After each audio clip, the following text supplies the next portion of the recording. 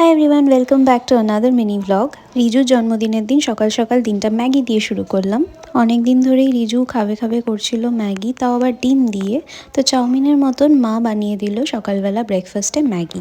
আর আমি সকালবেলা এতটাই ক্লামজি হয়ে যাই যে দেখো ফেলে ঝেলে ম্যাগি খাচ্ছিলাম। আর ভালো মন্দ খাওয়ার পরে একটু কসরত তো করতে হবে, কেননা আজকে আসেনি কাজের দিদি। অনেকেই বলো বাড়ি বসে আমার কোনো কাজ থাকে না ভিডিও করা ছাড়া, তারা এগুলো দেখে নাও প্লিজ।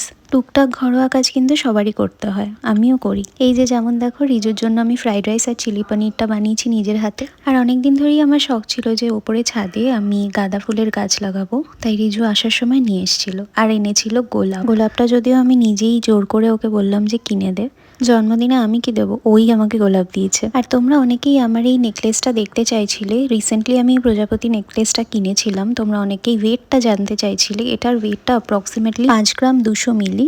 সুন্দর এই ডিজাইনটা তোমরাও কিন্তু পেয়ে যেতে পারো আমাদের শপে।